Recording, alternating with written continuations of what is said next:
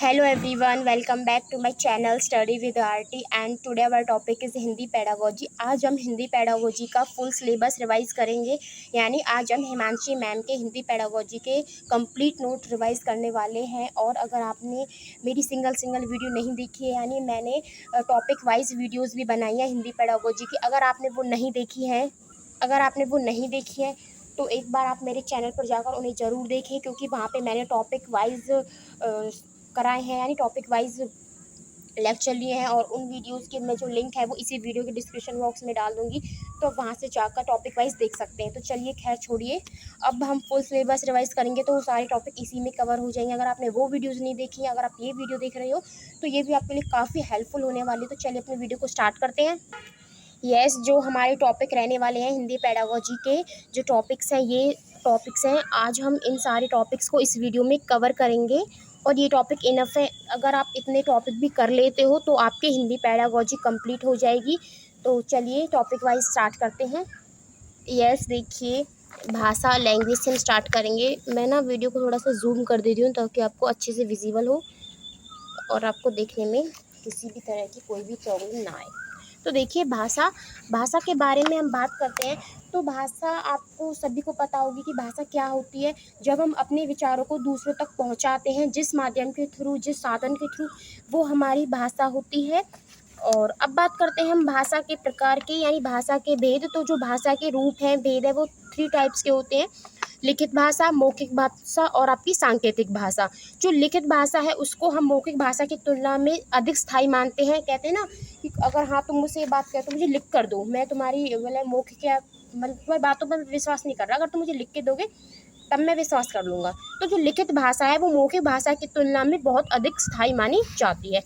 अब बात करते हैं भाषा अर्जन की, कि भाषा अर्जन क्या होता है। अगर हम इसकी परिभाषा की बात करें तो मनुष्य में जन्मजात क्षमता है कि भाषा को अर्जित करने की, जिसका प्रयोग करके मनुष्य वार्तालाप करना व भाषा का सहज रूप से प्रयोग करना सीख जाता है बिना किसी विशेष प्रयास के। इस भाषा को अर्जन भाषा कहते हैं, यानी भाषा का अर्जन कहते हैं। जो भाषा अर्जन की क्षमता होती है वो मनुष्य में जन्मजात होती है, यानी कि जब वो जन्म लेता है तो उसमें यह क्षमता रहती है कि वह भाषा का अर्जन कर सके। और ऐसा कि नहीं कि वो एक ही भाषा का अर्जन कर सके, वह कई भाषा का अर्जन कर सकता है।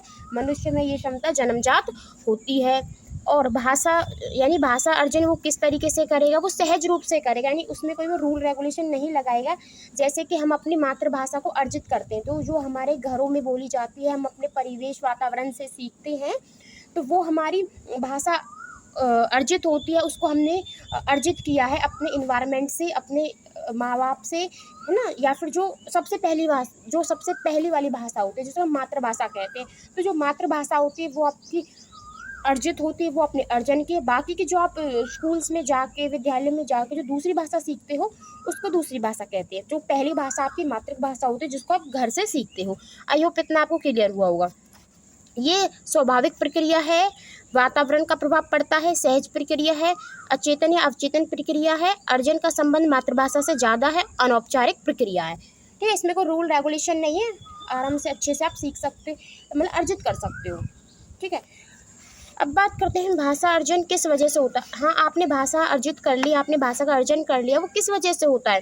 तो हमारे अंदर आंतरिक क्षमता है कि हम भाषा को स्वाभाविक रूप से अर्जित कर ले अपने पर्यावरण से। यानी हमारे अंदर एक क्षमता है कि हम पर्यावरण से, वातावरण से भाषा को अर्जित कर सकते हैं। जैसे जब बच्चा पैदा होता है तब से परिवार वाले उससे बातें करते हैं। अगर कोई छोटा बच्चा पैदा हो गया तो परिवार वाले उससे बातें करने लगेंगे। मतलब बच्चे को कुछ समझ में नहीं आ रहा, बट हाँ वो कुछ बात कह देंगे परिवार वाले, बच्चा हंस जाएगा तो कहेंगे देखो हंसने लगा मेरी बात पर।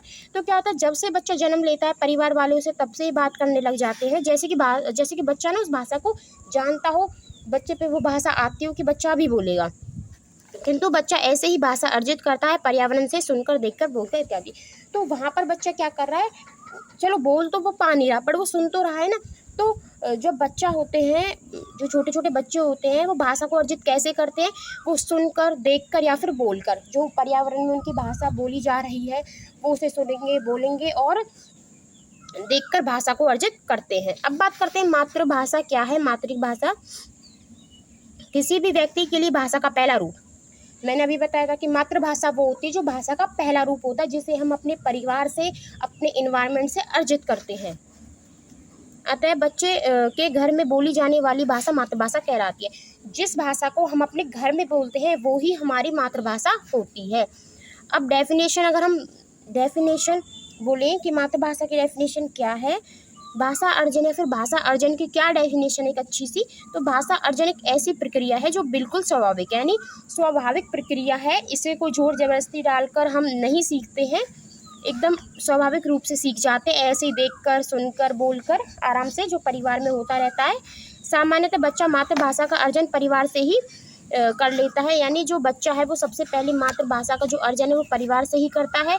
स्कूल आने से पहले से ही वह मातृभाषा में अपनी बात कहना समझना में सक्षम हो जाता है, यानी बच्चे का स्कूल स्टार्ट नहीं हुआ बट उसने अपनी मातृभाषा सीख ली। जब बच्चे का स्कूल शुरू होता है वो स्कूल से पहले ही अपनी मातृभाषा को सीख लेता है, और वो मतलब कि वो उतनी अर्जित कर लेता है मातृभाषा को कि वो अपने बातों को टीचर से कह सके, जो भी उसे प्रॉब्लम है वो अपनी प्रॉब्लम को टीचर से शेयर कर सके। क्योंकि जब बच्चे पे मातृभाषा आ जाते हैं, मातृभाषा को बच्चा अर्जित कर लेता है, तभी तो हम इसे विद्यालय भेजते। ऐसा तो नहीं है कि 2 साल का बच्चा है, बोलना भी आता नहीं, स्कूल भेज दिया, तो बच्चा को भूख लग रही है, प्यास लग रही है, वो कैसे कहेगा? क्योंकि उसने तो मातृभाषा सीखी नहीं, उसने भाषा सीखी ही नहीं, यानी भाषा अर्जित ही नहीं की। तो जब बच्चा अपनी पहली भाषा यानी मातृभाषा को अर्जित कर लेता है, तब हम उसे विद्यालय में भेजते हैं, ताकि वो अपनी बात कहने में, किसी की बात सुनने में सक्षम हो जाए। आई होप इतना आपको क्लियर हुआ होगा। अब बात करते हैं भाषा अधिगम की, यानी लैंग्वेज लर्निंग की। तो अधिगम में प्रयास की आवश्यकता पड़ती है, यानी हमें प्रयास करना पड़ता है। जो ग्रामर के रूल हैं, व्याकरण के नियम है, उन्हें हमें सीखना पड़ता है कि ये मात्रा ऐसे लगेगी, किस टाइप से कौन सी मात्रा लगेगी, कहाँ पर किस टाइप से मात्रा आएगी। तो ये सभी क्या होता है, हमें अभ्यास करना पड़ता है, प्रयास करना पड़ता है सीखने के लिए। चेतन रूपी से सीखी जाती है। नियम सीखने होते हैं, यानी नियम होते हैं आपके, किताबें पढ़नी होती हैं, आप बुक्स पढ़ोगे, बुक्स रीडिंग करोगे, कौशल सीखने होते हैं और शिक्षकों की ज़रूरत पड़ती है। आप भाषा को सीख रहे हो, यानी आप लैंग्वेज की लर्निंग कर रहे हो, तो आपको टीचर की ज़रूरत पड़ेगी, शिक्षक की ज़रूरत पड़ती है। अतः भाषा अधिगम एक औपचारिक प्रक्रिया, जो भाषा अधिगम यानी लैंग्वेज लर्निंग है, वो आपकी औपचारिक प्रक्रिया होती है। अब बात करते हैं अधिगम का संबंध दूसरी भाषा से है। अगर आप पहली भाषा को आप अर्जित करते हो और अर्जित करने के बाद जो दूसरी भाषा होती है उसको आप सीखते हो, तो ये बात आप ध्यान रखना, जो अधिगम वाली भाषा होती है वो दूसरी भाषा होती है, और जो अर्जित वाली भाषा होती है वो हमारी मातृभाषा होती है, जिसे हम सीखते नहीं हैं, हम अर्जित करते हैं अपने इन्वायरमेंट से। ये चेतन प्रक्रिया होती है, प्रयासपूर्ण रहना पड़ेगा, यानी आपको प्रयास करते रहना पड़ेगा, औपचारिक माहौल होना चाहिए। स्किनर के अनुसार भाषा अनुकरण पूर्ण बलन से सीखी जाती है। तो इम्पोर्टेंट है कि स्किनर के अनुसार भाषा किससे सीखी जाती है, आपके अनुकरण से और पूर्ण बलन से सीखी जाती है। वाइगोस्की के अनुसार भाषा सामाजिक क्रिया द्वारा सीखी जाती है। और वाइगोस्की क्या कहते हैं? वाइगोस्की कहते हैं कि जो भाषा है वो सामाजिक क्रिया द्वारा सीखी जाती है। व्याकरण के संदर्भ में सिखाया जाना चाहिए। भाषा सीखने के लिए प्रिंट समृद्ध वातावरण दिया जाना चाहिए। अगर आप छोटे बच्चों को भाषा सिखा रहे हो तो उन्हें प्रिंट समृद्ध वातावरण दें। जैसे कि आप जाते हो छोटे छोटे बच्चों की क्लासेस में, तो वहाँ पे क्या होता है, दीवारों पर चित्र बने हुए होते हैं, जैसे कि A फॉर एप्पल बनाए, B फॉर बॉल बनाए, फिर S या अनार आसम। तो वहाँ पर क्या करते हैं हम छोटे बच्चों को प्रिंट समृद्ध वातावरण देते हैं ताकि वो जल्दी भाषा को सीख सकें। अब यहाँ पर डिफरेंस है कि भाषा अर्जन और भाषा अधिगम में क्या अंतर है। तो भाषा अर्जन अवचेतन प्रक्रिया होती है, स्वाभाविक प्रक्रिया होती है, अनौपचारिक प्रक्रिया होती है और मातृभाषा होती है, क्योंकि मातृभाषा को ही हम अर्जन करते हैं। दूसरी ये चेतन प्रक्रिया है, नियमबद्ध प्रक्रिया है, औपचारिक प्रक्रिया है और दूसरी भाषा है, क्योंकि जो सीखी जाती है अधिगम वाली भाषा होती है वो आपकी दूसरी भाषा होती है। अब बात करते हैं हम वातावरण का। जो भाषा अर्जन व भाषा अधिगम का मुख्य अंतर क्या है, यानी भाषा अर्जन और भाषा अधिगम में जो मुख्य अंतर है वो क्या है। तो वातावरण का है, क्योंकि आपको जैसा वातावरण मिलेगा आप उसी भाषा को अर्जित कर लोगे। अगर आपके घर में इंग्लिश बोली जाती है तो आप इंग्लिश भाषा को अर्जित कर लेते हो, तो आपकी मातृभाषा इंग्लिश बन जाती है। अगर आपके घर में हिंदी बोली जा रही है तो आप हिंदी भाषा को अर्जित कर लोगे, तो आपकी जो मातृभाषा है वो हिंदी बन जाएगी। बाकी की जब आप विद्यालय में जाके कोई दूसरी भाषा सीखोगे तो वो आपकी भाषा अधिगम कहलाएगी। बच्चा एक से अधिक भाषाएं भी अर्जित कर सकता है वातावरण से। ऐसा नहीं है कि अगर बच्चे ने एक भाषा अर्जित कर ली तो वो दूसरी भाषा अर्जित नहीं कर सकता। बच्चा एक से अधिक भाषाएं अर्जित कर सकता है, किससे? अपने वातावरण से। अब लक्ष्य भाषा, टारगेट भाषा, दूसरी भाषा है स्कूली भाषा। तो टारगेट भाषा हम दूसरी भाषा को कहेंगे, यानी मातृभाषा की हेल्प लेकर हम जिस भाषा को सीखते हैं उसको हम टारगेट भाषा कहते हैं। जैसे कि हम इंग्लिश सीखते हैं तो इंग्लिश सीखने के लिए हमें हिंदी भाषा की हेल्प लेनी पड़ती है। तो जो हमारी इंग्लिश लैंग्वेज है वो हमारी टारगेट लैंग्वेज है और हिंदी भाषा के माध्यम से हम इंग्लिश सीख रहे हैं। अब बात करते हैं मातृभाषा, मदर टंग। तो भाषा का जो पहला रूप होता है हमेशा अर्जित करते हैं वातावरण से।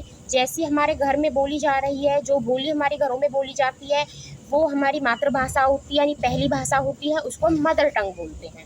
अब यहाँ पे एक छोटा सा क्वेश्चन दिया है कि बच्चे अपनी मातृभाषा का प्रयोग करते हुए हिंदी भाषा की कक्षा में अपनी बात कहते हैं। यानी बच्चा अपनी मातृभाषा का प्रयोग कर रहा है और हिंदी भाषा की कक्षा है, उसमें वो अपनी बात कैसे कहेगा? स्वाभाविक प्रक्रिया से कहेगा, विचारणीय या फिर निंदनीय या फिर अनुचित? तो वो स्वाभाविक रूप से ही कहेगा, क्योंकि मातृभाषा का प्रयोग कर रहा है तो मातृभाषा का प्रयोग तो वो स्वाभाविक ढंग से ही करेगा। अब बात करते हैं एनसीएफ। जो एनसीएफ है वो भी कहता है कि बच्चों को जो प्राथमिक स्तर पर बच्चों की मातृभाषा का ही प्रयोग करने दे, ताकि बच्चा स्वाभाविक तथा सरल प्रक्रिया से सीखेगा। यानी एनसीएफ कहता है कि अगर बच्चा कोई दूसरी भाषा भी सीख रहा है तो दूसरी भाषा को सीखने के लिए बच्चों को मातृभाषा का प्रयोग करने दे, ताकि वो स्वाभाविक रूप से और सरल प्रक्रिया से सीख सके। बच्चे को स्वयं को अभिव्यक्त करने देंगे अपनी मातृभाषा में। अगर बच्चा कुछ कहना चाह रहा है तो उसे पूरी छूट दे कि वो मातृभाषा का प्रयोग करके अपने विचारों को अभिव्यक्त करे। मातृभाषा प्रयोग करने की वजह से बच्चे की भाषा में क्षेत्रीय भाषा का प्रभाव हो सकता है। अगर बच्चा मातृभाषा का प्रयोग करता है तो वो वो क्षेत्रीय भाषा का भी इसमें थोड़ा बहुत प्रयोग कर लेगा, जो उसके क्षेत्र में बोली जाती है। जैसे कि सड़क को बच्चा सड़क बोलेगा, एक स्वाभाविक बात होती है। यानी इसमें कोई इतनी कठिनाई वाली बात नहीं है कि बच्चा सड़क को सड़क क्यों बोल रहा है, क्योंकि वो अपनी मातृभाषा में थोड़ी बहुत क्षेत्रीय भाषा को भी इन्वॉल्व कर रहा है। अब बात करते हैं हम मातृभाषा और बहुभाषित को स्वीकार करते हैं कक्षा में। यानी अगर कक्षा में बच्चा मातृभाषा का प्रयोग कर रहा है तो भी हमें बच्चे को स्वीकारना चाहिए। ऐसा नहीं कि उसे मना कर दो कि आप मातृभाषा नहीं बोलोगे, आपको इंग्लिश टू इंग्लिश टॉक करनी है, ऐसा नहीं। अगर बच्चा मातृभाषा का प्रयोग कर रहा है तो हमें वो स्वीकारना चाहिए कि हाँ, मातृभाषा में बच्चा कुछ बातें कहें। धीरे धीरे वो सेकंड लैंग्वेज सीख जाएगा। और बहुभाषित का मतलब है कि जो जहाँ पर एक से अधिक भाषाएं बोली जाती हैं। तो अगर ऐसी क्लास में, यानी आपके पास ऐसे बच्चे हैं क्लास में जो बहुभाषित यानी एक से अधिक भाषाएं बोलते हैं, या फिर अलग अलग भाषाएं बोलने वाले बच्चे आपकी क्लास में, तो उनको भी आपको स्वीकारना चाहिए। वो तो संसाधन के रूप में काम करेंगे। उनसे क्या होगा, उनसे एक दूसरे बच्चे एक दूसरे की भाषा सीख जाएंगे। अब बात करते हैं भाषा के विविध रूप। तो आपकी मातृभाषा होती है जो कि मदर टंग होती है, भाषा का पहला रूप है। राष्ट्रभाषा आपकी कोई भी नहीं है, क्योंकि बहुत से क्या होते हैं हिंदी को राष्ट्रभाषा मान लेते हैं, बट आपकी हिंदी राष्ट्रभाषा नहीं है, आपकी राष्ट्रभाषा कोई भी नहीं है। जो हिंदी है वो आपकी राजभाषा है, राष्ट्रभाषा नहीं है। जो भारत है 1963 के ओला यानी ऑफिशियल लैंग्वेज एक्ट के तहत, जो आर्टिकल 343(1) के तहत जो हिंदी को हमने भारत की क्या माना है, राजभाषा माना है। मानक भाषा शिक्षा व कार्यालय प्रयोग की भाषा है। जो मानक भाषा क्या होती है, जो शिक्षा और कार्यालय में प्रयोग की जाती है। अब बात करते हैं भाषा सीखने के चरण, कि हम भाषा सीखते हैं तो उसके क्या क्या चरण होते हैं। तो कूकना, जो 6 सप्ताह का बच्चा होता है वो कूकना करता है, कूकन करता है। बलबलाना, जो 6 माह का बच्चा है वो बलबलाएगा पहले। एक शब्द चरण यानी वर्ड, एक शब्द से वो सीख जाएगा। 1 वर्ड स्टेज होगी 1 साल के बच्चे की। टेलीग्राफिक व 2 शब्द चरण, यानी टेलीग्राफिक या फिर बच्चा 2 शब्द कहने लगेगा, तो वो 18 माह या फिर 24 माह का हो सकता है, 1.5 से 2 साल का। लंबे चरण, अब बच्चा लंबे लंबे उच्चारण करेगा तो वो 2 साल से लेकर 4 साल तक की आयु में होगा। तो यहाँ पे भाषा सीखने के चरण है। अब बात करते हैं प्रोफेसर स्मिथ के अनुसार। जो प्रोफेसर स्मिथ है उनके अनुसार क्या है, 1 साल में बच्चा 3 शब्द सीखे, 2 साल में बच्चा 272 शब्द सीखे और 5 साल में बच्चा 2072 शब्द सीखे। तो ये प्रोफेसर स्मिथ ने कहा है। अब बात करते हैं भाषा शिक्षण की प्रमुख विधियां। जब हम भाषा सिखाते हैं तो उसमें कौन कौन सी विधियां होती है, तो व्याकरण विधि, हम कुछ व्याकरण के रूल रेगुलेशन भी यूज़ करते हैं भाषा सिखाने में। प्रत्यक्ष विधि होती है, संप्रेषण विधि है, निगमन विधि है, व्याकरण अनुवाद विधि है, सम्मिश्रण विधि है और आपकी आगमन विधि है। तो ये 6 टाइप की विधियां हैं जो कि हम भाषा शिक्षण में यूज़ करते हैं। अब एक एक करके इन्हें पढ़ेंगे। तो सबसे पहली बात आती है आपकी व्याकरण विधि की। इस विधि के अंतर्गत अन्य भाषा के नियमों को कुछ शब्दों के साथ सिखाया और याद कराया जाता है। इस विधि के अंतर्गत क्या होता है कि हम अन्य भाषा के नियम और कुछ शब्दों को भी इन्वॉल्व कर देते हैं, तब बच्चों को सिखाया जाता है। इसके बाद शब्द संयोजन और व्याकरणीय नियमों के आधार पर अभ्यास कराए जाते हैं, यानी जो व्याकरण के नियम होते हैं उनके आधार पर हम बच्चों को अभ्यास कराते हैं। यस, अब बात करते हैं काफ़ी इंपॉर्टेंट टॉपिक की, जीन प्याजे, जो कि आपके सीडीपी में भी और हिंदी में भी, यानी हिंदी पेडागोजी और सीडीपी में दोनों में काफ़ी इंपॉर्टेंट है आपके जीन प्याजे। तो ये बच्चों ने क्या जीन प्याजे क्या कहते हैं कि अहम केंद्रित वाक्य करते हैं। जो बच्चे हैं वो अहम केंद्रित वाक्य करते हैं, यानी खुद से ही बातें करते हैं।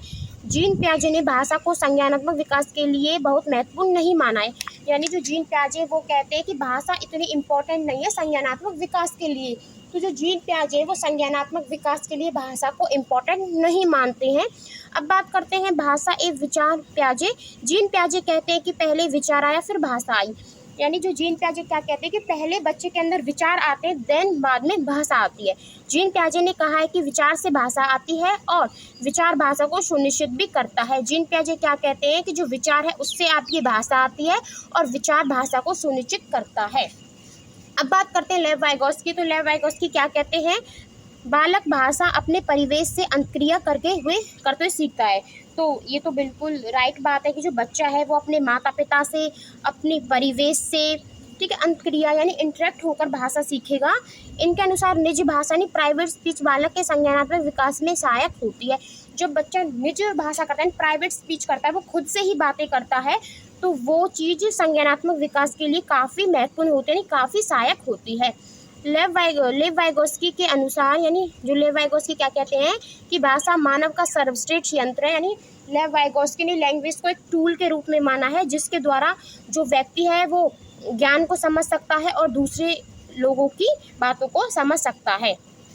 अब बात करते हैं कि लेव वाइगोस्की उनके सिद्धांत का नाम सामाजिक सांस्कृतिक सिद्धांत था, यानी सोशो कल्चर डेवलपमेंट।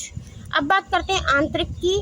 बालक बाहरी वातावरण के अवलोकन को अपने भीतर आत्मसात करके सीखता है। यह संज्ञानात्मक विकास व भाषा दोनों के विकास में सहायक है। जो बच्चा है यानी बालक है वो बाहरी वातावरण का आकलन करेगा और तब वो अपने अंदर आत्मसात करेगा, ठीक है, चीज़ों को जोड़ेगा। तो यह संज्ञानात्मक विकास व भाषा दोनों के विकास के लिए काफ़ी सहायक है। अब लेव वाइगोस्की के सिद्धांत में भाषा के 3 महत्वपूर्ण पक्ष हैं। तो जो लेव वाइगोस्की है उन्होंने भी अपने सिद्धांत के अनुसार भाषा के 3 महत्वपूर्ण पक्ष दिए हैं, जो कि आपकी सामाजिक वाक्य यानी सोशल स्पीच, निज वाक्य जो प्राइवेट स्पीच है, और आंतरिक मौन वाक्य यानी साइलेंट इनर स्पीच है। जो सोशल स्पीच है वो 2 वर्ष से अधिक उम्र के बच्चे करेंगे, 2 वर्ष की उम्र में, अधिक नहीं। और जो प्राइवेट स्पीच है वो 3 से लेकर 6 वर्ष की उम्र में करते हैं बच्चे। और जो आंतरिक मौन वाक्य यानी साइलेंट इनर स्पीच वो 6 वर्ष के बाद करते हैं, यानी सामाजिक यानी सोशल स्पीच, समाज में जो बातें हो रही है। निज वाक्य प्राइवेट स्पीच जो बच्चे हैं वो खुद से बात करते हैं, और इनर साइलेंट इनर स्पीच मन में बात करते हैं, वो 6 वर्ष से अधिक में हो जाएगा। अब बात करते हैं भाषा और विचार। वाइगोस्की के अनुसार शुरुआती सालों में भाषा और विचार एक दूसरे से स्वतंत्र होते हैं, एक समय के बाद मिल जाते हैं। यानी वाइगोस्की क्या कहते हैं कि शुरुआत के सालों में जो भाषा और विचार होते हैं वो स्वतंत्र होते हैं एक दूसरे से, बट कुछ समय बाद यानी एक समय के बाद ऐसा होता है कि जो भाषा और विचार होते हैं वो एक दूसरे से मिल जाते हैं। अब यहाँ पे क्वेश्चन है, जिंगसा पहली को करते समय 5 वर्ष की नमजा स्वयं से कहती है, यानी वो पहली कर रही है और वो स्वयं से कहती है नीला टुकड़ा कहाँ है, नहीं यह वाला नहीं, गाढ़े रंग वाला, जिससे यह जूता पूरा बन जाएगा। तो वो खुद से ही बातें कर रही है, पहली वो सुलझा रही है, उसमें से कलर की जरूरत है, तो वो कहती है कि नीला टुकड़ा कहाँ, यह वाला नहीं दूसरा वाला, जिससे जूता पूरा बन जाएगा। तो अब इस प्रकार की बातों को वाइगोस्की के अनुसार किससे संबोधित करेंगे, यहाँ पे लिखा हुआ है कि वाइगोस्की के अनुसार तो व्यक्तिगत वार्तालाप है, वार्ता है, या फिर पाठ ढांचा है, जोर से बोलना है, या फिर आत्म केंद्रित वार्ता है। तो व्यक्तिगत वार्ता है यानी प्राइवेट स्पीच है, वो खुद से ही बातें कर रही है, कोई दूसरा थोड़ी है, वो खुद इस पहेली को सॉल्व कर रही है, खुद से ही बातें कर रही है। अगर यहाँ पे आपका प्याजे आ जाता तो वो अहम केंद्रित वाक्य हो जाता, क्योंकि प्याजे ने अहम केंद्रित वाक्य बोला है जब बच्चा खुद से बातें करता है। अब बात करते हैं नोम चॉम्स्की की, काफ़ी इंपॉर्टेंट टॉपिक है नोम चॉम्स्की वाला भी। प्रत्येक बालक भाषा सीखने की जन्मजात शक्ति क्षमता के साथ पैदा होता है। यानी नॉम चॉम्स्की क्या बोलते हैं कि जो प्रत्येक बच्चे के पास एक क्षमता होती है जिसके साथ वो पैदा होता है कि भाषा सीखने की, बच्चा भाषा सीखने की क्षमता से पैदा होता है, जिसे भाषा अर्जन LAD कहा जाता है, यानी लैंग्वेज एक्विजिशन डिवाइस। जो नॉम चॉम्स्की क्या कहते हैं कि बच्चे के दिमाग में एक यंत्र फिक्स होता है जिससे वह लैंग्वेज यानी भाषा को अर्जित कर लेता है, जो कि जन्मजात क्षमता होती है। विश्व की सभी भाषाएं एक ही मूल व्याकरण यूनिवर्सल ग्रामर से संबंध है। अब यूनिवर्सल ग्रामर से कैसे संबंध होते हैं विश्व की सभी भाषाएं, जैसे कि अब हम कहते हैं कि मैंने फल खाई, तो हमें खुद से ही लगेगा यार ये सेंटेंस हमने गलत बोल दिया, ऐसे थोड़ा मैंने फल खाई, ये होगा मैंने फल खाया, या फिर मैं फल खा रहा हूँ, ठीक है, ऐसे ना मैं फल खा रही हूँ। तो क्या होता है, ये यूनिवर्सल ग्रामर होती है जो हमें खुद से ही सेंटेंस को शुद्ध कर देती है। तो ये भी क्या कहा है कि जो LAD यंत्र है वो हमारी सहायता करता है यूनिवर्सल ग्रामर में। अब बात करते हैं भाषा अर्जन यंत्र की, जो कि 5 साल तक सबसे ज़्यादा सक्रियता है। 5 साल की एज में जो LAD डिवाइस है वो सबसे ज़्यादा एक्टिव रहेगा, उसके बाद वो कम हो जाएगी जो उसकी शक्ति है, क्योंकि बच्चा 5 साल की आयु में भाषा अर्जित कर लेता है, बट जैसे बच्चा बड़ा हो जाता है तो उसकी जो भाषा अर्जन करने की क्षमता है वो कम हो जाती है। फॉर एग्जाम्पल, एक परिवार है जिसमें एक बच्चा है, 2 माता पिता हैं। अब वो पहले इंडिया में रहते हैं तो उनकी मातृभाषा जो हिंदी थी वो उन्होंने हिंदी सीखी सबसे पहले, बच्चे ने भी सीख ली थोड़ी बहुत, बट फिर वो उसके बाद विदेश चले गए, तो माता पिता को भाषा अर्जित करने में थोड़ा सा टाइम लगेगा। पर जो बच्चा है 5 साल का वो भाषा को जल्दी अर्जित कर लेगा, क्योंकि जो उसका डिवाइस है उसके दिमाग में जो LAD नाम का डिवाइस है, लैंग्वेज एक्विजिशन डिवाइस, वो बहुत ज़्यादा एक्टिव है, तो उससे बच्चा जल्दी सी भाषा अर्जित कर लेगा। अब बात करते हैं क्वेश्चन की, भाषा अर्जन क्षमता किसके साथ संबंधित है, तो चॉम्स्की, क्योंकि चॉम्स्की ने तो बोला है कि बच्चे में जन्मजात क्षमता होती है भाषा अर्जन करने की। तो अब बात करते हैं भाषा कौशल की, लैंग्वेज स्किल्स की, जो कि आपका सुनना, बोलना, पढ़ना, लिखना, ये 4 स्किल्स होती हैं। जो सुनना और पढ़ना होती है वो ग्रहणात्मक कौशल होता है, और आपका बोलना और लिखना अभिव्यक्तात्मक कौशल होता है। यानी जब हम किसी को सुनते हैं या फिर पढ़ते हैं तो हम कुछ ना कुछ ग्रहण करते हैं, इसलिए हमने इसको ग्रहणात्मक कौशल कहा है। और जब हम बोलते हैं या लिखते हैं तो हम अपने विचारों को अभिव्यक्त करते हैं, तो इसलिए हमने इसे अभिव्यक्तात्मक कौशल कहा है। भाषा कौशल का मनोवैज्ञानिक क्रम, यानी इसी क्रम से आपको ये याद करना, पहले बच्चा सुनना सीखता है, फिर बोलना सीखता है, फिर पढ़ना सीखता है, और उसके बाद वो लिखना सीख जाता है। तो इसी क्रम से आपको भाषा कौशल का जो मनोवैज्ञानिक है वो याद करना है। भाषा के मुख्य 4 कौशल है, सुनना, बोलना, पढ़ना, लिखना, एकीकृत व अंत संबंध, यानी ये एक दूसरे से क्या है, संबंध रखते हैं। ऐसा नहीं है कि आपको बोलना आ गया तो आप सुनना भूल गए, सुनना आ गया तो पढ़ना भूल गए, यानी एक दूसरे से क्या करते हैं, संबंध रखते हैं। सुनना और पढ़ना अभी मैं बता चुकी हूँ ग्रहणात्मक कौशल है, क्योंकि इसमें हम कुछ ना कुछ चीज़ें ग्रहण करते हैं, और बोलना लिखना अभिव्यक्तात्मक कौशल है जिसमें हम अपने विचारों को अभिव्यक्त करते हैं। भाषा कौशल ये इसी क्रम में होगा। अब चलते हैं नेक्स्ट की तरफ। यस, बात करते हैं सुनने की, तो बच्चों को सुनने का मौका देंगे, बच्चों से शब्द का उच्चारण करवाना, कहानी व कविता सुनाना। बोलना, कविता का पठन, संवाद कर सकते हैं, मौखिक प्रश्न पूछ सकते हैं, बच्चों से किसी भी विषय पर टिप्पणी करने को कह सकते हैं। पढ़ना, पढ़ने के कौशल को वाचन भी कहते हैं, यानी अगर बच्चा वाचन कर रहा है तो वो पढ़ने का ही कौशल है। और यहाँ पे पढ़ना भी आपका 2 टाइप्स का होगा, मौन पठन और सस्वर पठन, यानी लाउड रीडिंग और साइलेंट रीडिंग। जो मौन पठन होता है यानी साइलेंट रीडिंग होती है, उसमें बच्चे का ध्यान बेहतर रहेगा, यानी वो अपना पूरा कंसंट्रेशन पढ़ने पर लगाएगा, तेज़ी से पढ़ेगा, उसकी स्पीड इंक्रीज़ हो जाएगी और ज़्यादा विषय पढ़ सकता है। अगर उसकी स्पीड इंक्रीज़ हो रही है तो वो ज़्यादा विषय पढ़ देगा थोड़े से टाइम में। जो लाउड रीडिंग होती है वो इससे बच्चों का जो उच्चारण है वो अच्छा होता है, सुनने और बोलने के कौशल बेहतर होते हैं, क्योंकि आप लाउड रीडिंग करोगे तो बच्चा सुनेगा भी तो सही। स्वस्वर पाठन से रस भी आता है। कैसे रस आता है, जैसे छोटी छोटी क्लासों में लाउड रीडिंग होती है, जैसे करते हैं ना, लय बना लेते हैं, 2 1 जा 2 2 2 जा 4, इस तरीके से, तो उनमें क्या रस आता है, उन्हें मज़ा आता है ऐसे लाउड रीडिंग करने में। अब बात करते हैं लिखने की, तो लिखना यानी अध्यापिका बच्चों की वर्तनी यानी स्पेलिंग सुधारने के लिए लिखना काफ़ी ज़रूरी है, ताकि जो उसकी वर्तनी में अशुद्धियाँ हैं वो शुद्ध हो, तो लिखने के लिए, स्पेलिंग सुधारने के लिए लिखने वाली प्रक्रिया काफ़ी अच्छी है। और जो अध्यापक हैं वो डिक्टेशन वगैरह भी बोलते हैं ताकि बच्चे में जो उसकी वर्तनीय स्पेलिंग्स है वो सुधरे और बच्चे की लिखावट भी अच्छी हो। अब यहाँ पे लेखन के प्रकार है सुलेख, श्रुतलेख और अनुलेख। सुलेख होता है सुंदर लिखना, श्रुतलेख होता है वर्तनी की जो अशुद्धियाँ हैं उनको दूर करना, और अनुलेख होता है जैसे कि छोटे छोटे बच्चों के नोटबुक्स में ऐसे डॉट डॉट लाइन बने होते हैं, जैसे यहाँ पे ए बना हुआ तो इसको ये मतलब कि अपनी क्या करते हैं उसे अंडरलाइन करेगा, यानी इस पर अपनी लिखेगा, ठीक है, वो अनुलेख होता है, ट्रेस करेगा उसको। अब बात करते हैं नेक्स्ट टॉपिक की, जो कि है आपका भाषाई विकार, यानी जो लैंग्वेज में कुछ डिसेबिलिटीज़ होती है जैसे कि अफेसिया। अफेसिया के कारण सुनने, समझने और बात करते समय भाषा के उपयोग में समस्या आती है। यानी जब अफेसिया जो बीमारी होती है, डिसेबिलिटी होती है बच्चों में, तो बच्चे इसके कारण सुन नहीं सकते, समझने, यानी उन्हें सुनने और समझने में थोड़ी सी दिक्कत आती है। डिसलेक्सिया पठन अक्षमता, यानी पढ़ने व लिखने में समस्या आएगी, बच्चे अच्छे से पढ़ नहीं पाएंगे और वो लिख भी नहीं पाएंगे, तो डिसलेक्सिया में होता है। अब पठन वैकल्य बच्चों के प्राथमिक लक्षण क्या है, तो धारा प्रवाह पढ़ने की क्षमता, अभी हमने पठन वैकल्य, यानी पठन वैकल्य क्या है कि पढ़ने में उन्हें अक्षमता हो रही है। अब बात करते हैं त्रियामी की, जो कि जॉइंट डुई ने कहा है जो शिक्षण है, लर्निंग है, वो ट्राइपोलर है, जिसमें आपके अध्यापक, छात्र और विषय वस्तु तीनों चीज़ों की हमें ज़रूरत होती है लर्निंग में।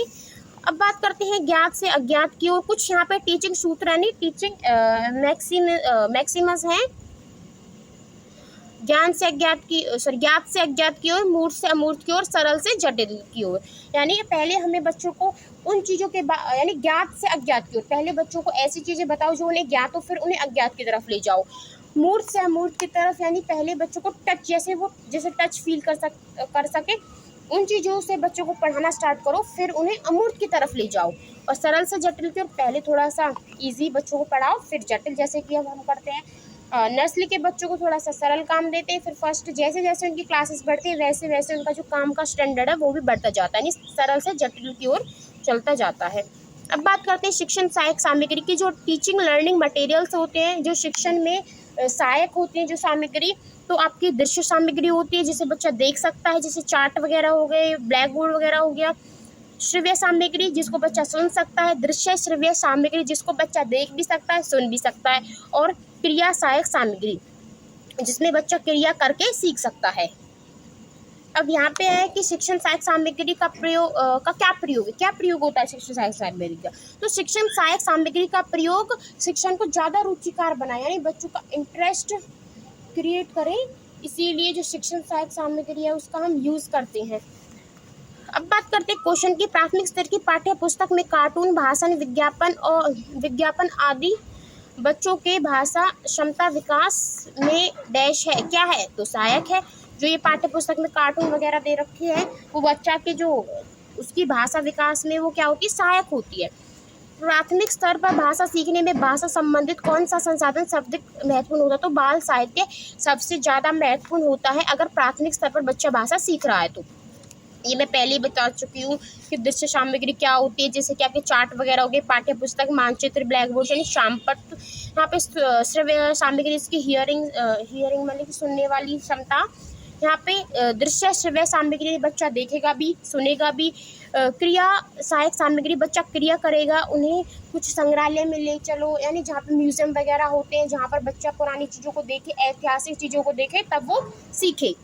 अब यहाँ पे बात करते हैं मूल्यांकन एवं उपचारात्मक शिक्षण की, तो मूल्यांकन एक ऐसी निरंतर चलने वाली प्रक्रिया है जिससे शिक्षक छात्र के ज्ञान व सीखने की प्रक्रिया का आकलन करता है, यानी मूल्यांकन होता है वो एक ऐसी प्रक्रिया होती है जिसके द्वारा शिक्षक यह पता लगा सकता है कि जो छात्र ने जो सीखा है वो कितना सीखा है, उसका वो आकलन कर सकता है कि बच्चे को मैंने कितना सिखाया है, उसने कितना सीखा है।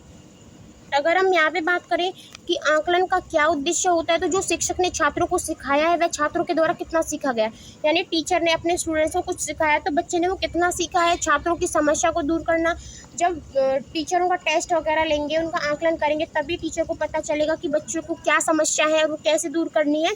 छात्रों की योग्यता, रुचि, कुशलताओं को पहचान कर उनके अनुसार शिक्षण विधि को तैयार करना। यानी जब टीचर्स टेस्ट वगैरह लेते हैं तो उनसे क्या होता है, उन्हें ये पता चलती है कि बच्चे में कितनी कुशलता है, उसकी रुचि किस चीज़ में ज़्यादा है, कौन सा टॉपिक उसे अच्छे से समझ में आया, कौन सा उसे अच्छे से समझ में नहीं आया, इसीलिए आपके टेस्ट वगैरह लिए जाते हैं। अब बात करते हैं मूल्यांकन की। आकलन और मापन, इसकी दो पार्ट्स हैं। तो आकलन आपका असेसमेंट होता है, जिसमें हम यह देखते हैं कि बच्चा कैसे सीखता है। मापन जो मेजरमेंट होता है, में यह देखते हैं कि बच्चे ने कितने प्रतिशत सीखा है, उसका मेज़र करते हैं।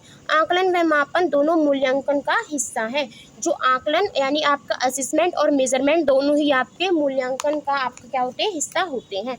अब बात करते हैं निदानात्मक परीक्षण की, यानी डायग्नोस्टिक टेस्ट की। तो निदानात्मक परीक्षण होता है जो एक क्लास में सभी बच्चों को पढ़ाया जाता है, यानी 60 बच्चों की क्लास है और 60 बच्चों को टीचर एक साथ पढ़ा रहा है, ठीक है, तो उसको हम कहते हैं निदानात्मक परीक्षण। और उपचारात्मक परीक्षण शिक्षण होता है रेमेडियल टीचिंग।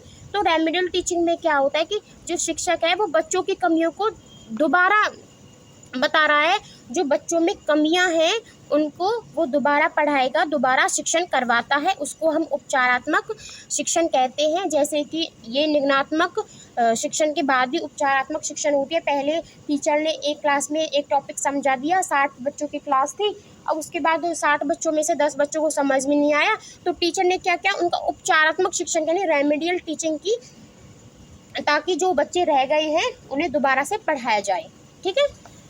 अब बात करते हैं उपलब्ध परीक्षण की। इस परीक्षा का मुख्य उद्देश्य यह अनुमान लगाना है कि शिक्षण कार्यक्रमों में शिक्षार्थी ने क्या सीखा है। वो ये अगर कोई भी परीक्षण होता है, कोई भी टेस्ट वगैरह होता है, तो हम क्या करते हैं, हम बच्चों की यही अनुमान लगाते हैं, इसीलिए टेस्ट वगैरह लेते हैं कि बच्चे ने कितना सीखा है, वो कहाँ गलती कर रहा है, उस गलती को हम कैसे सुधार सकते हैं। ओके, अब यहाँ पे क्वेश्चन है, प्राथमिक स्तर पर बच्चों की भाषा का आकलन करने का उद्देश्य है। यानी हम प्राथमिक स्तर पर जो बच्चों की भाषा का आकलन करते हैं उसका क्या उद्देश्य रहता है, उसके भाषा प्रयोग की क्षमता का आकलन, कि वो जो भाषा प्रयोग कर रहा है उसकी हम क्षमता का आकलन करते हैं कि वो किस तरीके से कर रहा है। अब बात करते हैं मुख्य कौशल की और पूर्ण बलन कौशल की। यानी जो मुख्य कौशल आपका सुनना और बोलना होता है, और बोलना और लिखना ये आपका पूर्ण बलन कौशल है। बहुभाषिक अभी मैं बता चुकी हूँ, बहुभाषिक वो होती है जब बच्चे एक से अधिक भाषा का प्रयोग करते हैं, और जो एनसीएफ ने बहुभाषिक को संसाधन के रूप में माना है।